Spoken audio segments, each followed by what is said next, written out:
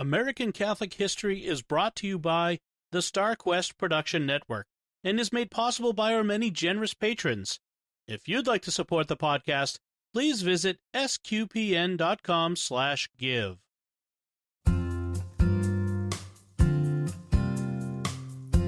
Hello and welcome to American Catholic History. If you like our podcast, be sure to rate us and give us a review wherever you get your podcasts. I'm Noëlle Crowe. And I'm Tom Crowe. Today we're talking about Cora Evans, who was a wife, homemaker, and mother. But because of her profound love for God and the deep spiritual gifts she enjoyed throughout her life, she's now a servant of God. Yes, Cora's story is one of the more remarkable ones we'll tell, but it's remarkable because of how simple it is while also being so profound. Cora Jorgensen was born in July 1904 in Utah. She was baptized and raised in the Mormon faith. As early as when she was 3 years old, she began having mystical experiences, though she didn't have any ability to understand these experiences until much later in life. This is one of the first remarkable things about her life. Later in life, once she knew the Blessed Mother and the saints, she was able to remember back to when she was very young and realize that it was visions of Mary in particular that she had had way back then. It's just amazing to consider. So when she was 19 years old, she married Cora Evans, and their wedding really was the turning point in her life. The wedding ceremony was conducted in the Mormon temple in Salt Lake City, so the main Mormon temple, with all of the elements of a Mormon wedding ceremony. But the ceremony itself left her very disillusioned with her Mormon faith. She was bothered by how the ceremony elevated man-made items above the God of Abraham, and she rejected what she saw as a counterfeit Jesus. Immediately after the wedding, she stopped considering herself a Mormon. Later in life, she said of this experience, "I was without a God and religion, but had gained a very wonderful husband. As I looked at him and learned to love him more and more, I resolved to help find a God for him." Over the next 10 years, Cora and Mac had 3 children, 2 daughters and a son, though the son died at just 10 months old. But Cora had no success in finding God. Then, in 1934, Cora finally found God, or more accurately, she finally let him find her, because he emerged in the most unlikely of places. As a Mormon, Cora had been raised with a severely distorted notion of Catholicism. She had been fed significant anti-Catholic propaganda from an early age. And though she'd rejected the Mormon faith when she got married, she hadn't been deprogrammed, if you will, from the anti-Catholicism. That prejudice, however, was challenged on December 9th, 1934, when she was quite ill and bedridden. The radio was on, but it was across the room. When the top of the hour came, the next program began, and it was the Catholic Hour hosted by Monsignor Dwayne Hunt. Cora wanted to turn it off or change the channel, but she was too ill to get up and get out of bed to do it, so she was forced to listen to the program. And what she heard was not at all what she expected. Monsignor Hunt talked about the Blessed Mother and the teachings of the faith, and what he said didn't fit in at all with what Cora had been told as a Mormon. As soon as she was well enough, she went to the nearby Catholic church, St. Joseph's, to ask questions. In particular, she asked about the woman who had appeared to her since she was a small child, the woman whom she called my beautiful lady. That lady was, of course, the Blessed Mother. Of course. One thing led to another, and the parish priest, Father Vaughn, was coming to the Evans' home to have discussions with Mormon bishops and to respond to their challenges. Cora was impressed deeply by his demeanor and his ability to respond. On March 30th of 1935, just 3 months later, Cora was baptized and she received her first communion the next day. A few months later, her husband and their 2 daughters were also baptized and received communion. So now they had found God and everything was great. Of course not. No, it's never that easy. And the difficulty was compounded for them because their conversions led to the conversion of dozens, perhaps hundreds of other Mormons. Their friends and family who were still Mormon didn't take kindly to their apostatizing, leading others to apostatize, and especially not to all of them becoming Catholic. Life became difficult for the Evanses as Mac suddenly had a hard time holding down a job. Cora had become a regular Mass-goer after her conversion, and in 1938, Cora had the first of what would become a regular occurrence for her, a deep, ecstatic, mystical experience. She later wrote of this experience in her autobiography that her soul was intimately united to God during this time, and she made a conscious choice to serve God for the rest of her life. She wrote, It was necessary for me to live my chosen vocation with him as my companion, by loaning Jesus my humanity for him to govern as well as dwell within, would make my life a living prayer, for he was life, living life within me, and my body, now dead to me, was his living cross, his cross to take to Calvary, Calvary, the door to eternal life. There are so many quotes from St. Paul that evokes, but probably most especially Galatians 2:20. I am crucified with Christ. Nevertheless, I live. Yet not I, but Christ lives in me. And the life which I now live in the flesh, I live by the faith of the Son of God, who loved me, who gave himself for me. Exactly. And she was going to have to suffer on this path. First, as mentioned, her husband was not able to hold down a job since he'd left Mormonism and had become Catholic, and they were essentially ostracized from society. So in 1941, they moved to Southern California, where Mac was able to find work. Cora set up their home and raised their 2 daughters, and the mystical experiences continued. The local Jesuits assigned Father Frank Parrish to be her spiritual director. He would talk with her about her experiences, and he would be present when she would have them on occasion. And these experiences were something to behold. Yeah. In her ecstasies, she would become as rigid as a corpse, frequently with her arms outstretched as though they were in the same position as Christ was on the cross. She would be basically comatose and entirely unaware of what was happening around her, and her body would become so heavy that it would take multiple strong men to lift her up onto the bed. In her ecstasies, she was given her life's mission, to spread the mystical humanity of Christ. The mystical humanity of Christ is a way of living one's entire life as a prayer. It is a Eucharistic devotion that helps one to live with a constant awareness of the indwelling of Christ. Really, it's living very intentionally with the idea that it is no longer I who lives, but Christ who lives in me.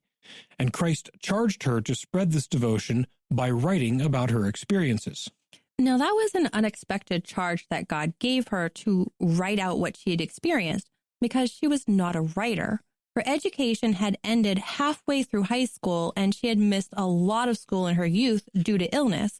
So she was not an educated woman, nor a trained writer, and yet she wrote. She trusted that if God wanted her to write what he had shown her in these private revelations, he would give her the ability to write. She wrote, God's gifts were so clearly cut up into my soul, there to write them for his glory for souls on earth. To begin such a task is only to lose myself in the mystery of time and pretend that I am a citizen of Jerusalem, taking notes from the Master's lips. I am just the reporter, and of myself filled with many imperfections. Christ once said to her, I want you to use the gift of writing which I have given you. I want you to write with perfect freedom. And then addressing God, she wrote, My soul gives thee thanks for this great trust, and in that trust I believe thou wilt help me write the knowledge for souls to use as a stepping stone to love thee more. Now, a moment ago, you quoted her referring to Christ as the Master. And that was how she always referred to Christ in her writings and when she talked with others about her experiences.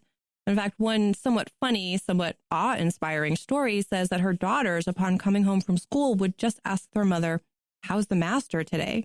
That's how commonplace their mother's ecstasies were, and how purely and simply she shared them with her daughters. Truly remarkable. But yes, she would just write what she had seen. And what she wrote revealed an intimacy with Christ and the saints that might seem odd or even a touch irreverent to some. She reported that Christ, when a youth, had a pet rabbit named Bobbin, and a trained mouse which he called Twitchy Ears. She reported that the Master was going to give her violin lessons, but just before the lesson was going to start, a dove landed on his violin and busted some of the strings. But she also gave a more intimate look at much more significant parts of his life, as when she was present at the crucifixion and reports the demeanor and actions of the Blessed Mother. In fact, her experience of observing the Blessed Mother's actions after the crucifixion led her to begin to pray the Stations of the Cross backward, because that was how the Blessed Mother relived them as she walked back from Calvary after the death and burial of Jesus.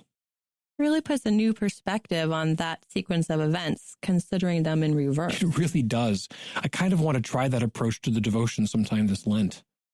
Now, she also met John the Baptist, was present when Christ called Peter and Andrew to be his followers, and basically had a backstage pass to the events of the New Testament. In all, she wrote 14 complete manuscripts, with one of them being published under the title Refugee from Heaven. This was her major work, which relates, essentially, a more intimate narrative of the life of Christ and his associates. It's remarkable stuff. But ecstasies and writing material that was beyond her education level weren't the only manifestations of her spiritual gifts. She also had the stigmata, reportedly bilocated, would frequently be surrounded by the fragrance of roses for no obvious reason, and she possessed an ability to handle even the most skeptical theologian. These gifts were talked about by a friend of hers, the actor Darrell Hickman. Hickman was a child actor who exhibited a devotion to his Catholic faith that the Christian brothers, who ran his high school, noted. One of them introduced him to Cora when he was still a teen, and she became basically a spiritual mother to him. He would visit her often. On one of these visits, while she was building a grotto for a statue of St. Francis of Assisi, he spotted a long and deep gash on the palm of her hand and asked her if that was the stigmata. She made light of it and put some of the wet cement over it. Another time, when she was washing dishes, he referenced the stigmata wounds and asked if they hurt. She just shrugged and replied, "I have to wash the dishes."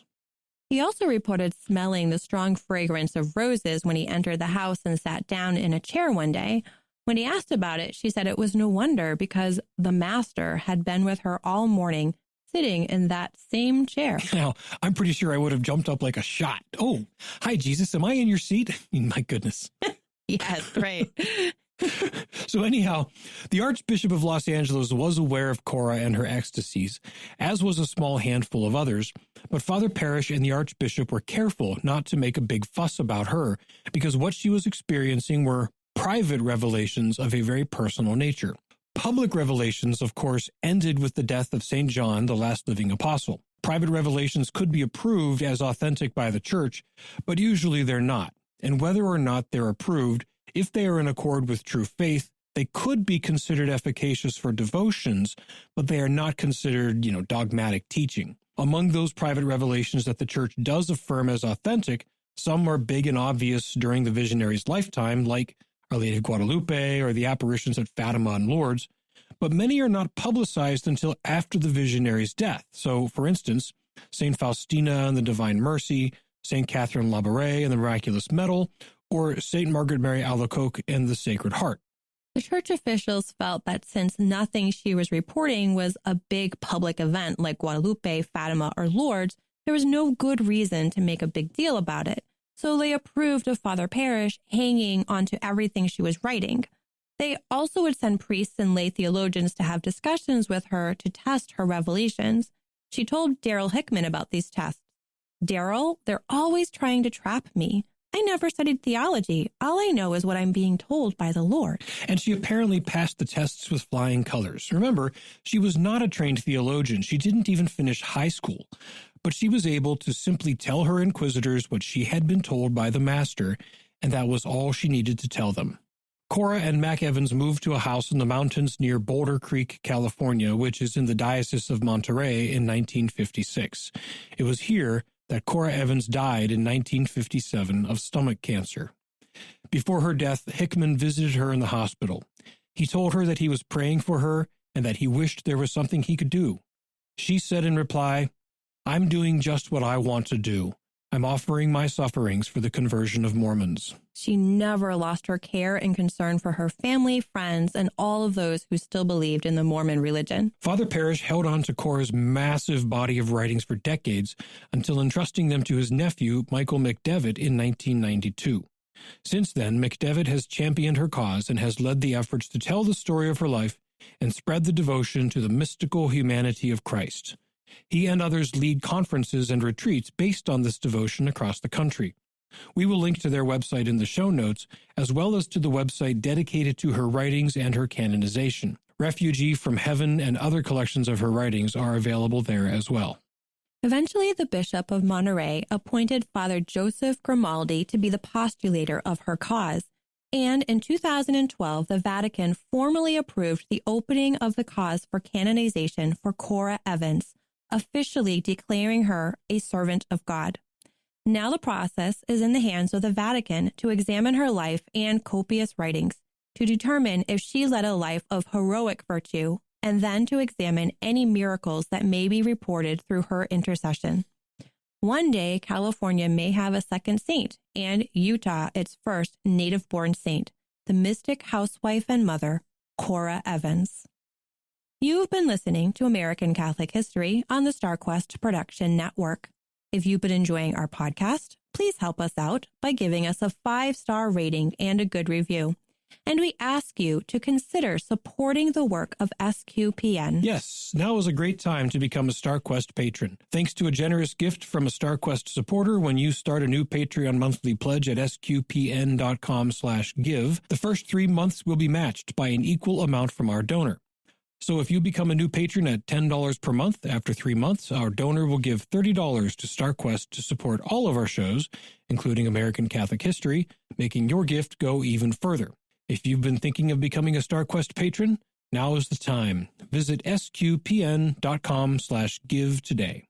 To learn more about Servant of God Cora Evans, to find previous episodes, or to learn about our upcoming pilgrimage to the Kentucky Holy Land and Bourbon Country, please visit sqpn.com/history.